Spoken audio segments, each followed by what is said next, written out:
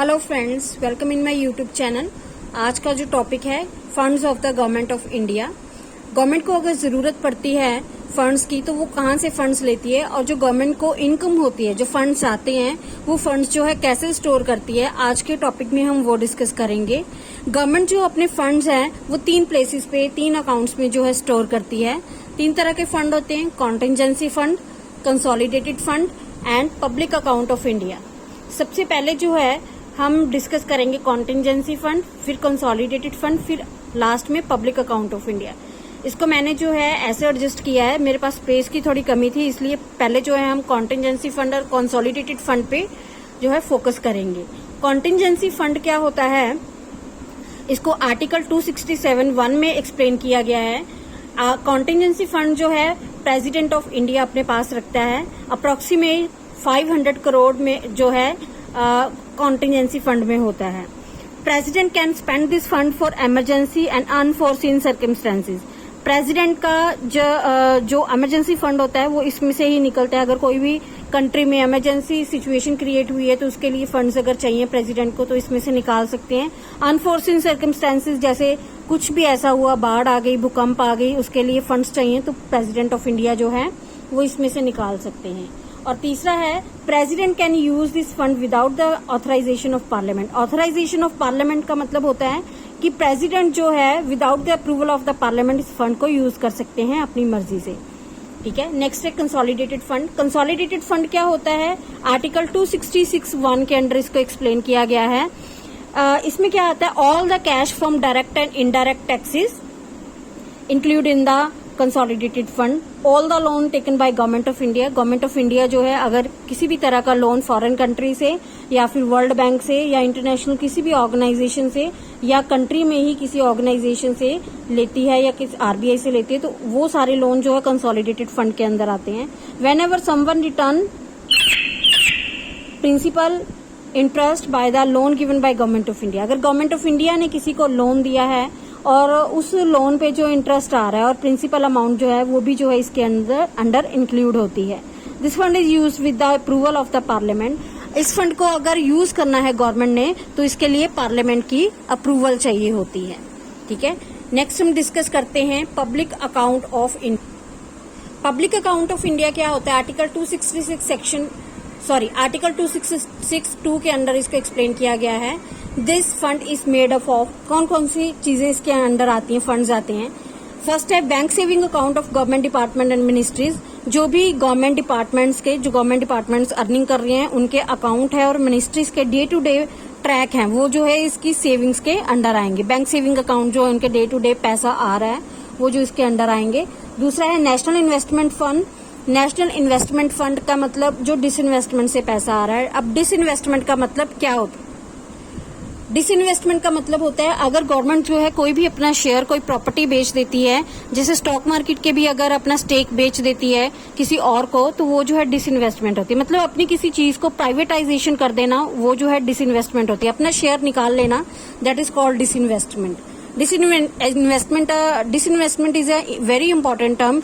Only जो है इसकी डेफिनेशन भी आती है कि डिसइन्वेस्टमेंट क्या होता है एग्जाम पॉइंट ऑफ व्यू से, तो उसमें जो है आपको ऑप्शंस मिलेंगे कि क्या होता है कि जब गवर्नमेंट जो है अपना स्टेक निकाल लेती है या किसी चीज को, किसी फर्म को प्राइवेटाइजेशन कर देती है तो वो जो है डिसइन्वेस्टमेंट होता है। नेक्स्ट है natural calamity and contingency fund, जिसे NCCF भी कहते हैं, for disaster management.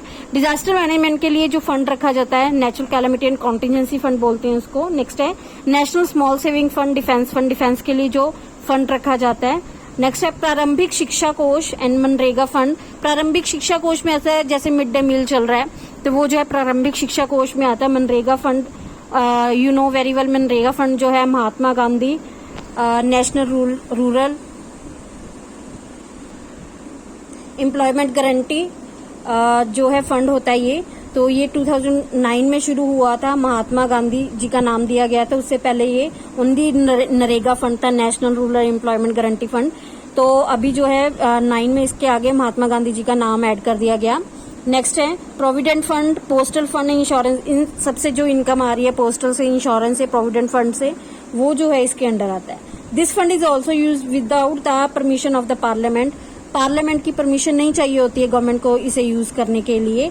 Only one fund है जिसको जो है कंसोलिडेटेड फंड है जिसको यूज करने के लिए पार्लियामेंट की अप्रूवल चाहिए होती है। Contingency fund and public account of India में पार्लियामेंट की अप्रूवल नहीं चाहिए होती है। अब ये कुछ बिल्स हैं जो पास किए जाते हैं for the funds of the consolidated funds. Consolidated fund से अगर पैसा निकालना है तो उसके लिए एप्रोप्रिएशन बिल होता है। नंबर 1 है appropriation bill to get the permission of parliament to take out cash from consolidated fund of India. अगर कंसोलिडेटेड फंड में से गवर्नमेंट कोई पैसा निकालना चाहती है तो उसके लिए एप्रोप्रिएशन बिल पहले पास किया जाता है और पार्लियामेंट की जो है परमिशन ली जाती है, ठीक है। और आर्टिकल 266 के अंडर जो है इसको एक्सप्लेन किया गया है। Financial bill to get the permission of parliament to collect taxes from people. Tax collect करने के लिए जो है ये बिल पास किया जाता है, आर्टिकल 265 के अंडर आता है ये। एनुअल फाइनेंशियल स्टेटमेंट, ये तो ऑलमोस्ट आपको पता ही होगा। एनुअल फाइनेंशियल स्टेटमेंट जो है बजट को बोलते हैं। आर्टिकल 112 के अंडर इसको एक्सप्लेन किया गया। Article 112 is very important, budget का आर्टिकल है। एनुअल फाइनेंशियल स्टेटमेंट इसको बोला जाता है। तो ये जो है to show the parliament incoming and outgoing of money, कितना पैसा आया और कितना गया जो है पैसे का हिसाब जो है उसमें एनुअल फाइनेंशियल स्टेटमेंट में होता है। अब नेक्स्ट हम डिस्कस करते हैं वोट ऑन अकाउंट क्या होता है। वोट ऑन अकाउंट क्या होता है, आर्टिकल 116(2) के अंडर इसको एक्सप्लेन किया गया है। फाइनेंस मिनिस्टर जो होते हैं put demand under vote on account, पैसे की डिमांड करते हैं वोट ऑन अकाउंट के under. Under vote on account government usually demand 1/6 of the expected expenditure of the given years. मतलब जो भी फाइनेंस मिनिस्टर पैसे की डिमांड कर रहे हैं उस जिस साल के लिए, जितने टाइम पीरियड के लिए वो डिमांड कर रहे हैं, सपोज इस करंट ईयर के लिए डिमांड कर रहे हैं तो इस करंट ईयर में जितने एक्सपेंडिचर होंगे उसका 1/6 फंड जो है वोट ऑन अकाउंट में से ले सकते हैं। Vote on account only passed in Lok Sabha के अंडर जो है सिर्फ ये पास किया जाता है और वोट ऑन अकाउंट के अंडर फाइनेंस मिनिस्टर ही डिमांड करते हैं। कई लोग वोट ऑन अकाउंट और एनुअल फाइनेंशियल स्टेटमेंट में या बजट में बहुत कंफ्यूज होते हैं। तो बजट जो है डिटेल होती है, ओवरऑल जितना काम गवर्नमेंट ने करना है और जितना पैसा गवर्नमेंट को आया और जितना पैसा गवर्नमेंट जो है खर्च करने वाली है। लेकिन वोट ऑन अकाउंट के अंडर जो है ओनली फाइनेंस मिनिस्टर डिमांड करते हैं पैसे की। तो आज के लिए ये टॉपिक इतना ही था। तो प्लीज इस वीडियो को लाइक करें, सब्सक्राइब करें मेरे चैनल को और शेयर करें। Thank you so much.